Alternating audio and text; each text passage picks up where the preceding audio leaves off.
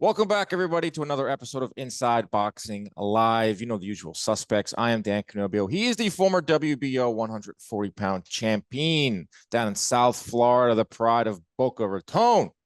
Chris Algieri. Chris, how are you? I am good. Doing really, really well. How would you rate my ring entrance right there, that announcement? That was pretty good. I mean, mixing in the pride of Huntington with now my current home, Boca Raton, the pride of Boca Raton. Not sure I'm quite there yet, but We're something getting to strive for. We're getting there. So let's talk about the big news in boxing. This is going to be an abbreviated episode because I am out here in Seattle at the All-Star Game, and we have a lot of events and a lot of people to meet. It's been a great time out here in Seattle. Met some boxing fans as well, a lot of baseball fans. But the biggest news in the boxing world today is Tyson Fury will be fighting Francis Ngannou in a boxing match, October 28th, Saudi Arabia. This fight has been rumored for a little bit of time. Once the Fury Usyk fight dissolved, Usyk was taking his sweet time trying to find opponents. As we know, Ngannou left the UFC. He's now with the PFL, which made this fight even easier to make. It's now here, whether you like it or not. They're going to be stepping in a ring. It's a money grab. It's in Saudi Arabia. We don't know if it's an exhibition or not. Well, we do know that's going to be boxing rules. We don't know if Fury's WBC title will be on the line. Chris, I think we're in lockstep here. This fight stinks. This is not what you want to see the heavyweight champion of the world do in his prime. We're not talking about a retired Floyd Mayweather or a semi-retired Floyd Mayweather fighting McGregor. We're talking about a 34-year-old Tyson Fury fighting a 0-0 MMA star in Saudi Arabia, which is clearly a money grab. I'm pissed. Yeah, what you said, whether you like it or don't like it, I hate it. This is stupid. And they should strip Tyson Fury immediately, which we saw Usyk's promoter ask for that. And it's absolutely true. The guy doesn't fight often enough. Now he's essentially going to fight another sport. You're competing in, regardless of what they call this, it's an exhibition. It's someone who's never had a boxing match. He hasn't been active either. Ngannou hasn't fought in almost 2 years. Like, what are we doing? We're basically making King Kong versus Godzilla just because that's cool. But like, he's going to get to sit on a belt? Absolutely not. There are other fighters who want to fight for it. Usyk wants to be undisputed. We all want an undisputed heavyweight champion. It's massively important for boxing and on a whole, the health of the sport. This guy's hurting boxing by doing this. This is not only a stupid fight, but the fact that he's able to or think that he can hold on to this title is absolutely out of control. Take that title away. Let guys who actually want to box and continue their career fight for it. Yeah, cool. You're chasing money. Great. Chase money. Do not sit there and hold a title hostage just because you're who you are. Let these guys fight for it who want it, the guys who are hungry, the guys who are trying to make the money that you're able to achieve now. Yeah, great points. The WBC has not come out and said anything. They had no comment when Coppinger had the initial report about this. Like, I can see WBC saying, all right, we're going to make a stupid belt for this. And, we're involved, which means Fury gets an exemption and he doesn't have to defend his title. Money. This is all about money. It's happening in Saudi Arabia. And I will say this. Like, we're boxing guys. We have nothing to do with Francis Ngannou. I'm very aware of his story. I'm very aware of what he's overcome. I'm very aware of what he represents for MMA fighters, especially with the UFC. His very public battle with Dana White in terms of becoming a free agent and fighting and getting more pay and all that. So for him, this is great. I mean, he's getting a bag to fight Tyson Fury. He's probably going to lose. He's definitely going to lose, but he's looked at as a hero in the MMA community because what he represents, a guy that came from nothing, who defeated Dana White and is now in his first fight out of the UFC, is doing what a lot of UFC fighters would want to do, and that's fight for the money that they deserve. So shout out to Francis Ngannou. This is not on Ngannou. This is on Tyson Fury. This is on Fury making these front-facing Instagram videos day after day, calling guys out, fumbling a negotiation with Usyk when that's the clear fight. I'm fine with the exhibition. You want to go fight under a circus tent, Fury? Great. Do it after Usyk. And if you're not going to do it against Usyk, then vacate the title because we're going on 2 years, 3 years since Tyson Fury has fought Deontay Wilder. And who has he fought since Deontay Wilder? Dillian White. Yes, it was his mandatory, but Dillian White is not a threat. Derek Chisora, that was a glorified sparring match. Ngannou versus Fury might be more competitive than the Chisora versus Fury fight. And now Fury's going to fight Ngannou on top of it. This is not the behavior of a heavyweight champion. This is I can't even wrap my mind around how they're allowing the heavyweight champ to do something like this. It's nothing more than a money grab. And who knows with Fury, you may never see him fight again. You can make 30 million, 25, 30 million in this fight and say, you know what, I'm done. So then we never see Usyk Fury. It's very, very frustrating, but boxing still having a good Hey, year. and that's fine. But Tyson can't be sitting there, like you said, getting on his camera and phone, and be like, "Oh, you Dasa Wilder, you can't do that," and then go and fight circus fights. Like, sure, if you want to go, Floyd Mayweather, what Floyd Mayweather's doing, I love it. Go fight guys who cannot beat you and make all that money. Good for you. You've earned the right. Tyson Fury, you've earned that right, but you can't have it both ways. And you say this is on Tyson. It's not just on Tyson. It's on the WBC. This is ridiculous. You have to strip that man. He shouldn't have to strip me. He should just relinquish the belt and go fight for, all this money, which of course he's not going to do. But so that's where it falls upon the governing body to take it out of his hands. Take that belt away, put it back out there so people can fight for it. People who actually want to be here, people who want to live their dreams. Tyson's lived this dream. He's a world champion. He's made history. Now he's making real money. Cool. That's what every career is supposed to look like. If you're made it, that's what making it is in this sport. He's made it. But, dude, don't play with people like this. It's ridiculous. When this happened, this was announced a couple hours ago. I was like, I just shook my head. I was in the gym. I was like, man, who cares? This is stupid. It's and I'm glad that we're talking about it now. Doesn't have the allure anymore, Chris. I mean, the MMA versus boxing experiment is so done. It was over in 2017 when it was never good. It was never good. But in 2017, when Floyd and Conor got in the ring, we'd never seen it before. So there was some intrigue. You had two guys that were at the top of their game in their respective sports, even though Floyd was pushing, into his late 30s. And with 2.5 years off and sitting on the couch, like. That's what I mean. There was still intrigue for it now, but we've seen it so many times. Even though there was no intrigue for that fight. For boxing people, we were like, this is not even a real fight. It was funny because all the MMA fans were like, oh, Conor's got a chance. Like, shut up. No, he doesn't. He never had a chance. It was never a real fight. This is like that too. Now, this is a thought that I had. If Tyson Fury was really smart and just looking for money, he'd let Ngannou win the first one. I don't think his ego. If you're gonna act like WWE, why not? Yeah. Well, yeah, I think they should go, if they're going to do this, or they are, they need to go full-fledged. It's going to be 12 rounds. They have judges. It's boxing rules. Don't make it an exhibition. Put the title on the line.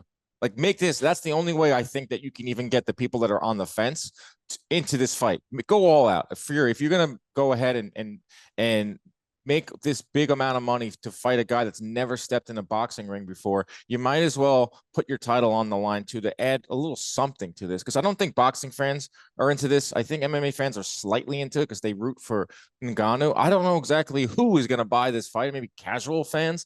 It's just, even guys like we have in this house right now, a former major leaguer, Trevor Plouffe. I was like, hey, he follows UFC casually. I'm like, Ngannou's fighting Fury. And he's like, that's a waste of time. It's like, even like casual sport boxing fans and MMA fans know that what it is at this point. So it doesn't even have that intrigue that Ngannou may win. Maybe because they're bigger, but it doesn't matter. It's just a complete. It's like I said, it's Gonzalez and King Kong. Like, it's just because their names and they're coming from different places, and it's like, oh, crossover, this is fun. But like you said, it's dead. This is done. They tried this. It didn't work last time. It's not going to work this time. I don't know. I mean, will people tune in just because they're big guys and like, listen, they're going to knock each other out? But I disagree in that they shouldn't fight for the title, because then the titles just mean nothing. Because it's like, who is this guy coming at 0-0 going to fight for a world title? Like, I don't know. It happened in the last. I'm a world champion. It happened in the last Creed movie. Yeah, well, that's Hollywood. And Jonathan Major's character was 0-0, and he fought Creed for the heavyweight title. So, life imitating art. Oh boy. It's the world we're living. That's not we're trying to WWF or WWE now. It's not the boxing world we're living in. It's just the heavyweight world we're living in. Boxing's doing great. We're going to be heading out to Vegas at the end of the month for Spence Crawford. That's official. Excited about that.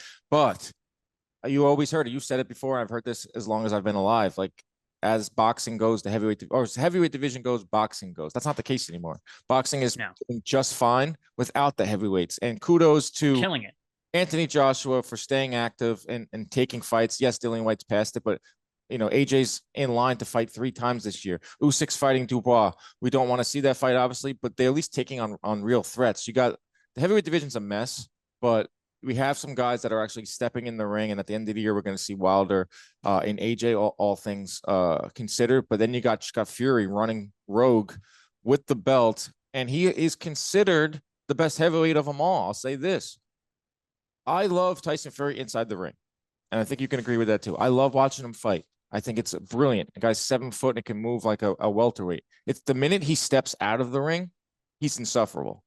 With all the call outs and I'm retiring and I'm back and I'm not, I'll fight this guy, changing his tune left and right. It becomes just so tiresome. And it's hard to even, I just roll my eyes and just scroll past it these days whenever he posts anything. That sucks because he's the best heavyweight in the world. Yeah, well, in the ring, he's the king in the ring, and then outside, he's the cringe king. Because the things he says, just like, ugh, come on, dude. Like, first of all, you don't mean this. It's so performative. It's just, it's legitimately like 1980s pro wrestling at this point, like with the way he acts. And listen, I mean that sells sometimes, but like this is a real sport. This is not pro wrestling. This is not staged. And I still talk to people like people who are not even sports fans. They're like, oh, you box, like, but like you guys know who's going to win, right? Like, no, this is a sport. People really fight. This is not pro wrestling. And guys like Tyson and making this happen, make it look like it is fake. It's ridiculous. I don't know. I'm not happy about this. This whole thing. I think we've nailed that down, that we are not fans of this fight. Will we watch? Yes. I have some people tweeting me like, you're still going to watch it. It's our jobs. Yeah, we have to, guys. We have to. We're pundits. We have to talk about this. Doesn't mean we're going to like it. Doesn't mean we're going to be in lockstep. I just don't know who it appeals to. I don't know what type of business it's going to do. It's the reason it's in Saudi Arabia, because they're just throwing money at athletes right now, whether it's PGA players, whether it's, racing world, now boxing world too. I just don't know what type of number it does. Like, will it even reach 1 million buys here? I think ESPN is part of it. Top Rank put out an announcement of the fight.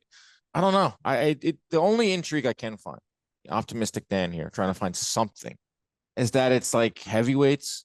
It's like, Ngannou, he always wanted the box. Maybe he can land something. And since he's such a big guy, it's anything can happen in heavyweight boxing with one punch, and that makes it intriguing. The undisputed UFC champion versus the lineal heavyweight champion gives it something from the marketability standpoint, but it's just like, it's not, we know how this fight's going to play out. Fury's the only thing that's interesting is exactly what I said. If Tyson Fury decides that, yeah, I'll get paid once, why not get paid twice? I'll lose the first one. Because there's literally, from a boxing standpoint, there's literally no chance Ngannou wins. I don't care if they're heavyweights. I don't care if Ngannou can knock out an ox. He's not going to touch Tyson Fury if he doesn't want to get touched. I do not see this as actually a contest. It's not competitive at all. No, it isn't. That's about it. That's all I got on it. We'll see what happens with the rules. I'm interested to see if it's going to be an exhibition or will it be a pro fight. If it is a pro fight, will the WBC title be on the line? Will flying elbows be allowed? Is there going to be DDTs in this? I'm wondering. It's not a crazy question. It's not a crazy question. I originally said, okay, here's two things. If it's going to be an exhibition, make it like the craziest exhibition ever. Like legitimately use hybrid gloves, allow like flying knees, let them like jump onto the top rope. Like really let Tyson do cocaine before the fight. Like let Fury go on a bender. Make it in under a damn circus tent. Have like circus animals around. That's one side of it. Lions. We'll have lions on chains on either side. I mean, yeah, then I would be intrigued. Gladiator shit. So, the other side of it is make it a real fight and make it the title on the line and make Fury think twice about any stepping in the ring or any of that. Like, put your money where your mouth is and make it a real title fight, and at least give the allure that the heavyweight championship is on the line legitimately, even though it's a complete farce of a fight. All right, boxing's doing well though. Yeah, boxing's doing great. Besides this, like, things are great. Like, we're getting the fights we want to see. We're getting Spence Crawford. Did you watch Spence Crawford first All Access episode? I actually didn't. I have to go back and on YouTube. It's really good. It got me fired up. A lot of trash talking, a lot of what we saw in the lead up. I'm just ready. Like, Spence looks big. Crawford, we saw Crawford's side of things over in Nebraska, and then flying out to Colorado. I'm ready for the next episode. But that's where everything's going to go. This upcoming weekend, quickly before we say goodbye, we have some pretty good fights. Obviously Hitchens and Love fell out, but we got Baumgartner is fighting Christina Lenartau. That is Bumgarner's a minus 1,200 favorite. She should win, and I want to see Bumgarner fight Katie Taylor next. Frank Martin is in action. He's minus 1,600 favorite. So I think Frank Martin's going to roll. I want to see him fight someone at 135, worth a damn. And then Nonito Donaire, the ageless wonder, is going for a title again, vacant WBC bantamweight title, which Inoue vacated when he moved up.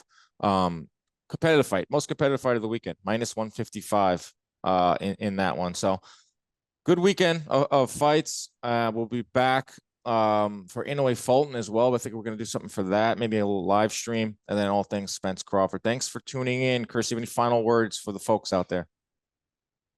Boxing is live and well. Don't allow these headlines for the next couple months as they try and jam this fight down your throat to think that boxing is going anywhere, because we've got a lot of great fights that are happening right now, and we're going to cover it all here. So make sure you stay tuned. A lot of good things. Keep your hands up at all times. Protect yourselves at all times. Stay out of those DMs, especially when you're in the Pacific Northwest.